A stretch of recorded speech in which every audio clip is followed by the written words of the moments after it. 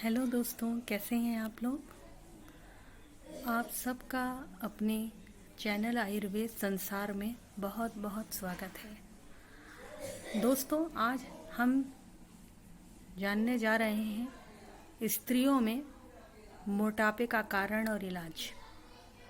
यूँ तो हर कोई मोटा होता है, स्त्री हो या पुरुष।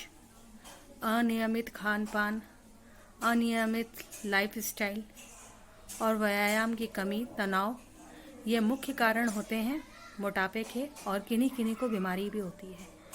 किंतु स्त्रियों में जो मोटापा है वो किन्हीं कारणों से होता है। किशोरावस्था, मेनोपॉज, शादी का समय, और जब वो माँ बनने वाली हो प्रसव के दौरान। तो आज के इस वीडियो में हम यही चर्चा करने जा रहे हैं कि स्त्रियों के आए हुए विभिन्न उम्र के लिहाज से उनमें मोटापे का कारण क्या हो सकता है। क्योंकि ज्यों त्यों उम्र बढ़ती है किसी भी स्त्री की, तो उम्र के हर पड़ाव में एक अलग सामना उनको करना पड़ता है। कुछ समस्याओं का, कुछ स्त्री रोगों का, कुछ शारीरिक कमियों का, कुछ बीमारियों का, कुछ अनियमित खान पान, कमज़ोरी, आयरन की कमी। तो इन सब की आज हम चर्चा करने जा रहे हैं। तो चलिए आज हम जानते हैं महिलाओं में मोटापे का कारण और उसका इलाज। तो दोस्तों, आप हमारा चैनल सब्सक्राइब कीजिए और अपने दोस्तों के साथ अवश्य शेयर कीजिए, ताकि हमारे द्वारा दी गई जानकारी किसी के काम आ सके और एक स्वस्थ जीवन हर कोई जी सके। तो आइए जानते हैं। सबसे पहले हम बात करते हैं किशोरावस्था की, जिससे कि हर किशोरी को गुजरना पड़ता है, और एक किशोरी ही एक महिला बनती है आगे जाकर। ये बहुत ही अहम उम्र का पड़ाव होता है किशोरावस्था। जब कोई भी लड़की नए नए अपनी युवावस्था में कदम रखती है, जब माहवारी उसको पहली बार शुरू होती है, तो उस टाइम पर उस पर पढ़ाई का दबाव और अन्य एक्टिविटीज़ का दबाव बहुत ज़्यादा होता है। इन दबावों के चलते हुए हार्मोनल इम्बैलेंस होना तो जाहिर है। साथ ही साथ इसमें अनियमित जीवन शैली, अनियमित खान पान, व्यायाम की कमी, एक जगह से बैठे रह जाना, खाना इतना अति आवश्यक खाना, फास्ट फूड का उपयोग इतना ज़्यादा करना, जितने कि दैनिक जीवन में हमारी कार्यशैली इतनी नहीं होती, अन्य गतिविधि, शारीरिक गतिविधि इतनी नहीं होती, जिसके मुकाबले खान पान बहुत अधिक हो जाता है। और खान पान होता भी इस कदर अधिक है कि किशोरियाँ फास्ट फूड की ओर ज़्यादा अट्रैक्ट होती हैं, उनका रुझान उस और ज़्यादा होता है। इन सब के चलते ही हार्मोनल इम्बैलेंस होता है कई बार, और फिर माहवारी में दिक्कत आती है। अनियमित माहवारी कई बार हो जाती है, जिस कारण से मोटापा बढ़ता है। एस्ट्रोजन ज़्यादा विकसित हो जाते हैं, और उससे आयरन की कमी भी हो जाती है शरीर में। अब इसमें सबसे बड़ी जिम्मेदारी किशोर अवस्था में आती है हमारे अभिभावकों की। माँ बाप, अभिभावक अपनी बढ़ती बेटी के लिए उसके जीवन शैली के अनुसार उसके खान पान का एक नियमित टाइम टेबल बनाएं, और उसको प्रोत्साहित करें खेल कूद और अन्य शारीरिक गतिविधियों में आगे आने के लिए, और ख़ुद भी एक्टिव रहें, और उसकी शारीरिक गतिविधि को देखते हुए ही उसका खान पान उसके अनुसार करें, जो कि ना तो अति कम हो ना तो ज़्यादा हो, उसके बराबर हो, ताकि कैलोरीज लॉस होती रहे और खेल कूद से उसका नियमित व्यायाम होता रहे। और ये बिल्कुल भी ध्यान रखें कि बच्ची जो है आपकी कभी भी अपनी शारीरिक कमज़ोरी अगर महसूस करती है तो उसके बाद खेल कूद से वो दूरी बना लेती है। तो इस पर बिल्कुल ध्यान दें, और अगर ऐसा होता है, इतने प्रयासों के बाद भी कमज़ोरी बनी रहती है, तो किसी अच्छी स्त्री रोग विशेषज्ञ को अवश्य दिखाएं। अब अभिभावकों से मेरी एक प्रार्थना है कि यदि किशोर अवस्था में, माहवारी के इस नए दौर में, यदि आपकी बच्ची का वज़न बढ़ रहा है, तो उसको कमतर महसूस ना होने दें, उसे प्रोत्साहित करें और उसका नियमित इलाज कराएं। उसको खान पान उसका सही हो, उस पर ध्यान दें और उसे हमेशा प्रोत्साहित करते रहें। बढ़ते वज़न के कारण उसको कोई भी गलत नामों से ना बुलाएं और नियमित खान पान, नियमित व्यवहार, आपका स्नेह और व्यायाम के चलते बढ़ता वज़न रुक जाएगा और सारी शारीरिक गतिविधियाँ ठीक हो जाएंगी और माहवारी के इस दौर को वो बोझ ना समझ के एंजॉय करेगी, स्त्री होने का गर्व महसूस करेगी। विवाह के समय युवतियाँ अक्सर विवाह के समय शारीरिक बदलाव एवं निजी जिंदगी में बदलाव के कारण हार्मोनल इम्बैलेंस का शिकार हो जाती हैं, क्योंकि खान पान में लापरवाही, निजी जिंदगी की व्यस्तता हार्मोनल इम्बैलेंस का कारण बनती है। कुछ लोग ऐसे भी हैं जो कि शादी के पहले बहुत ज़्यादा डाइटिंग करते हैं, स्लिम बनना चाहते हैं और उसके शादी होने के तुरंत बाद नए जीवन के उत्साह मिलते ही व्यायाम और खान पान की लापरवाही के कारण अक्सर वज़न बढ़ाने लगते हैं। यही कारण है कि अक्सर लड़कियां शादी के बाद मोटी हो जाती हैं। इसका ये कतई मतलब नहीं है कि शादी के बाद स्त्रियां मोटा होना उनका अनिवार्य होता है। शादी के शुरुआती दिनों में, विवाह की रस्मों में कई बार व्यस्तता होती है, लेकिन उसके बाद अपनी जीवन शैली आप संतुलित कर सकती हैं। नियमित व्यायाम,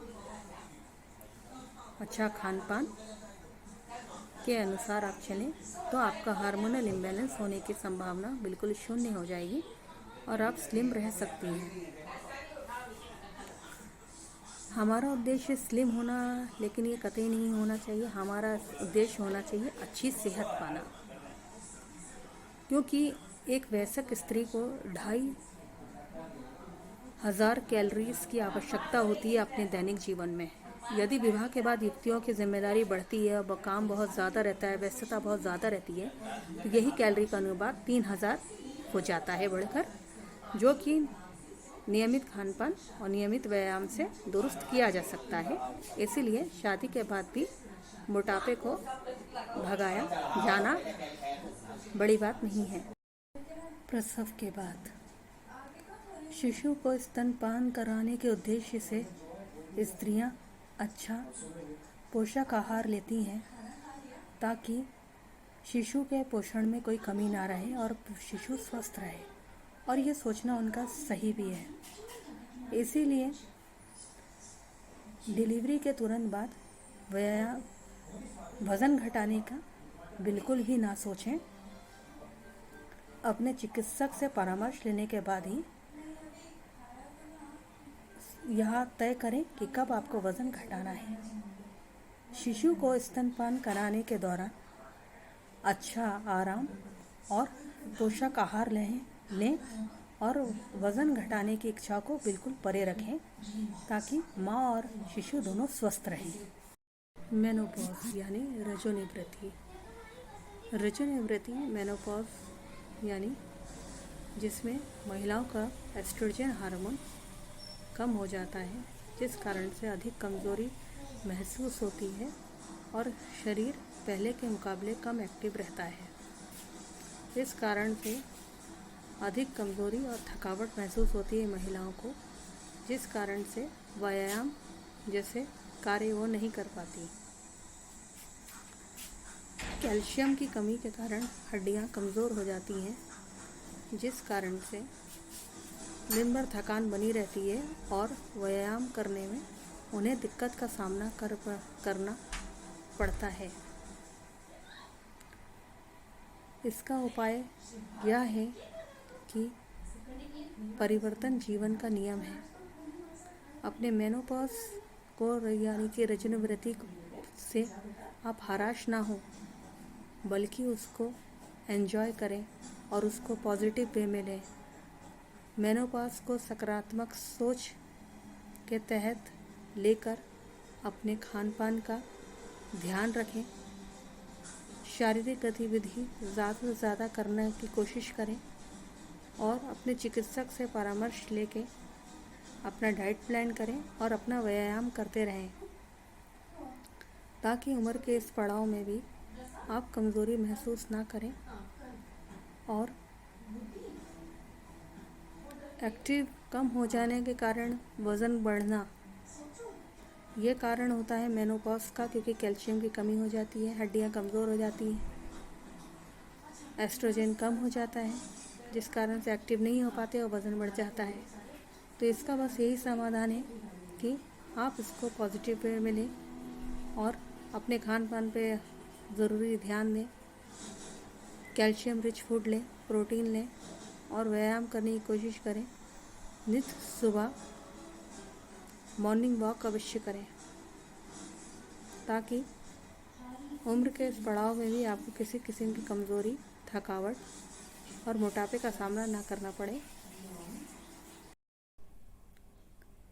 सबसे अच्छा आप लोगों के लिए ये रहेगा कि आप मोटापे की जांच करें।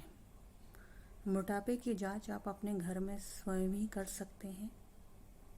यदि जमी हुई वसा और चर्बी पेट के निचले हिस्से और जांघों पर है, तो यह कारण डायबिटीज़ और हाइपोथायराइडिज्म और हार्मोनल इम्बैलेंस का हो सकता है, किंतु चिकित्साई परामर्श लेना आवश्यक है।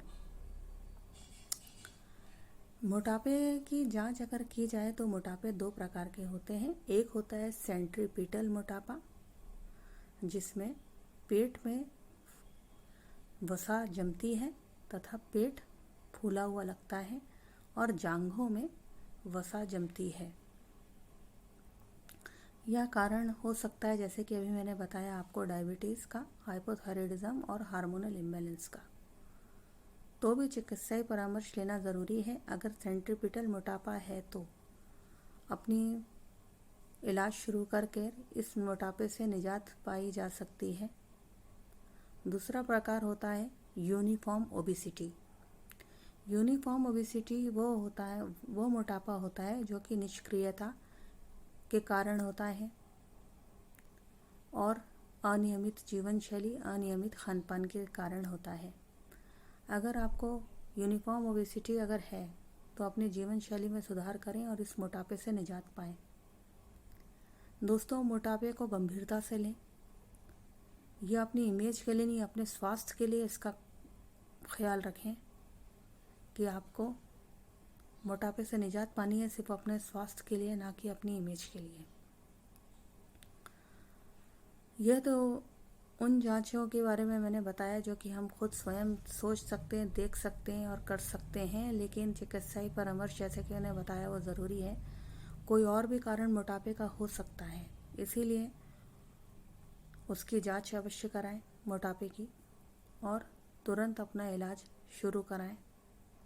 और अनियमित जीवन शैली, खान पान जो भी है, तो चिकित्सक से परामर्श करके उसको नियमित करें और इस गंभीर रोग से हमेशा के लिए निजात पाएं। Voices in the background of my